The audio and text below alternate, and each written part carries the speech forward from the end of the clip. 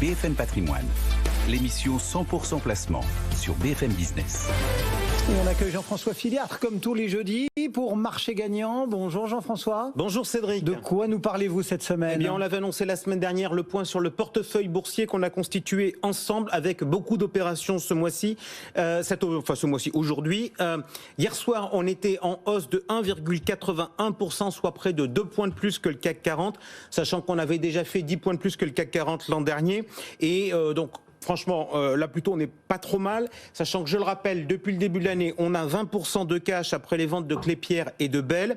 Donc afficher une hausse quand on a 20% de liquidité et que le CAC est en baisse, je vous le dis, vous aviez eu la main heureuse. Oui, la main heureuse parce que c'est moi qui vous m'aviez fait tirer au sort les valeurs qui ont composé ce portefeuille. Exactement, et je le dis de manière générale parce que je rappelle de mon côté que sur le secteur de la santé, la valeur que nous avons en portefeuille, c'est Orpea, la star incontestée actuelle du monde des controverses, la valeur qui nous a permis de découvrir cette semaine qu'il y avait une ministre déléguée en charge de l'autonomie. Bon alors la semaine passée, vous aviez pris la main sur le pilotage du portefeuille et proposé de vendre l'intégralité de cette position Orpea, c'est-à-dire 9 titres à 47,99 bilan. Eh bien, simple comme bonjour, nous avons toujours nos actions Orpea sur les bras. Alors, la semaine a été compliquée pour Orpea. On était la semaine dernière à peu près à 40, aux alentours de 43 €. On est descendu à 38. On est remonté aux alentours de 42. On est redescendu aux alentours de 38 hier. Et c'est là où on est allé aujourd'hui. Si on regarde un peu l'actualité, le nouveau PDG est allé donc écouter la ministre. Je l'ai vu dire à la télé qu'il ne fallait pas qu'on l'accuse avant de le juger. Alors, au début, ça m'a un peu surpris parce que je me suis dit que le process normal, c'est on accuse un juge, on condamne. Après, j'ai vu qu'il avait corrigé, qu'il avait dit ne me condamnez pas avant de m'avoir jugé. On a appris par ailleurs que l'ancien directeur général avait vendu ses titres quand il a appris la sortie du bouquin. Bref, comme on dit dans le jargon, le news flow sur Orpea était pas franchement très bon. Bon, une remarque sur ce sujet du coup, j'imagine ? Oui, alors j'adore quand le canard enchaîné vient s'occuper de nos sujets, ça me titille. Alors, je voudrais apporter, ça crée de l'excitation médiatique et je voudrais apporter quelques petits éléments sur le dossier. Il va y avoir très clairement un sujet de place autour de la définition du délit d'initié. Alors, je vous apporte un certain nombre d'éléments sur le dossier. Alors, je ne suis pas allé les chercher auprès de syndicalistes, de collaborateurs, de comptables ou que sais-je, mais nous vivons dans un secteur sur lequel il y a des obligations légales de publication. Donc, je suis allé regarder ça. Ça m'évite au passage, je plaide de plus en plus d'ailleurs pour un journalisme de cette nature, ça nous évite de nous faire balader par les services de com ou nec plus ultra, les services de com et d'influence. Donc, je me suis intéressé aux pratiques boursières de Yves Lemann, l'ancien DG du groupe. En 2018, il a vendu 4179 actions Orpea sans en acheter aucune. En 2019, il s'est vu attribuer 15 852 actions dans le cadre d'un plan d'attribution gratuite et dans la même année, il a vendu 10 225 titres. En 2020, il a acheté 1500 titres et il a vendu 1500 titres. Bref, c'est le gars qui a la bougeotte. Bref, c'est pas un bon client pour mon portefeuille. Cela dit, vis-à-vis des autorités, ça pourrait le sauver. Bon, mais là, il a vendu avant la publication du livre. Alors la question, c'est est-ce qu'il a tout vendu ? Alors là, il faut regarder un autre élément, c'est les détentions qui sont annoncées.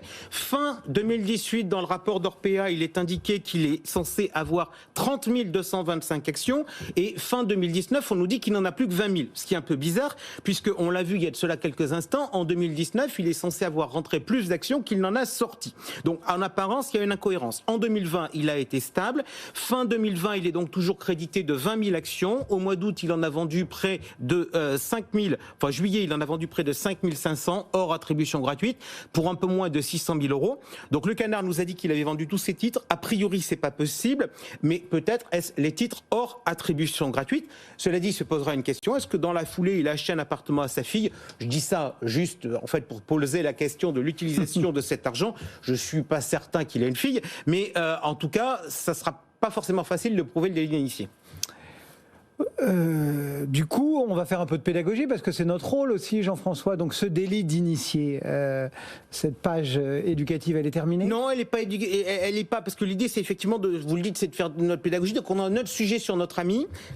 C'est son éventuelle indemnité de départ. Donc, a priori, pour l'instant, rien n'a été décidé. Mais pour l'instant, lorsque l'on regarde les documents officiels, elle est prévue. Elle a été votée en Assemblée générale.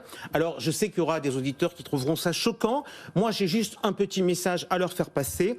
Arrêtez de voter comme des bénis oui-oui en Assemblée générale. Arrêtez de filer des pouvoirs au président et pensez à vos responsabilités, non pas à l'instant T quand tout va bien, mais à l'instant T plus an quand c'est susceptible d'aller mal. Ça vaut pour Choupinette, mais ça vaut aussi pour tous les gérants de SICAV qui, je le rappelle, ne nous cessent de nous bassiner avec la finance durable. Enfin, et j'en termine là, si vous le voulez bien, avec ma page gouvernance, message au gouvernement qui, par ordonnance, va pouvoir fixer les nouvelles règles sur les assemblées générales.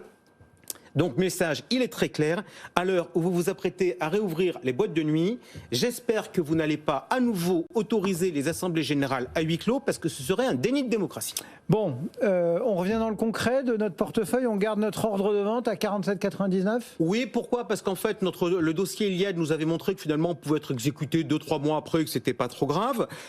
Secondo, on va être très honnête, Orpea s'est tellement gamellé que la ligne qui pesait à l'origine 9% de notre portefeuille ne pèse plus aujourd'hui que 2,46%.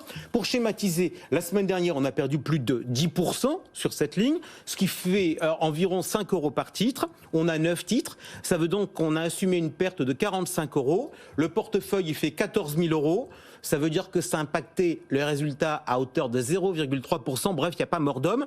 On laisse donc notre ordre à 47,97. On attend. Et puis, de toute manière, j'ai d'autres choses à faire. Ça veut dire quoi ? D'autres opérations ? Oui, parce qu'en fait, depuis le début de l'année, notre portefeuille, il est notamment tiré par deux sociétés très cycliques que sont CGG et Eramet. Alors CGG, ça me rappelle un mauvais souvenir. Pourquoi ? Parce que c'était une boîte qui avait vachement bien performé en début d'année précédente. J'étais venu ici en disant, faudra qu'on pense parce que notre position devient trop importante à faire quelque chose. Et puis, on n'avait rien fait et CGG, ensuite, s'était effondré. Donc, quand on se fait avoir une fois à pas respecter ses méthodes, la fois suivante, on respecte. Eramet pèse aujourd'hui 14,5% du portefeuille. Nous sommes censés être équipondérés. Ça veut donc dire que si on a 10 valeurs, c'est censé peser 10%, avec des lignes de environ actuellement 1 400 euros. On a 2 000 euros sur Eramet, donc on va en vendre 5. En appliquant notre ordre de bourse bonnes affaires.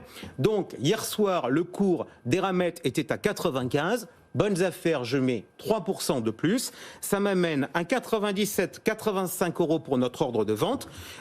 Et au passage, on ne va pas en être loin, puisqu'on est en train de s'approcher des 97 euros ce matin.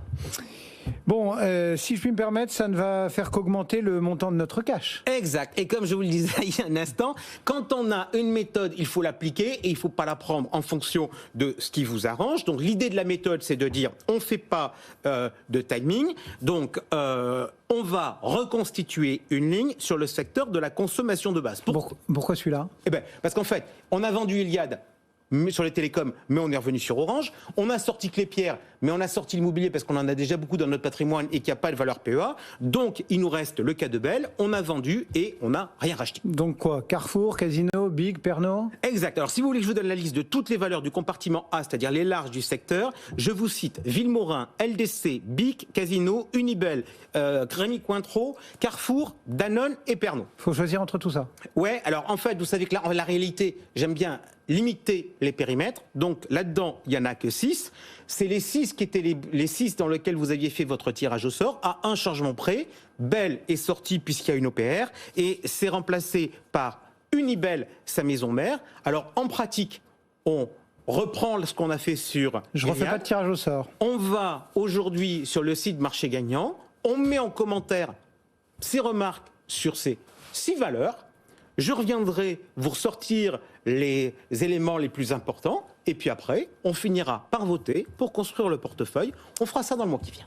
Jean-François Filiat.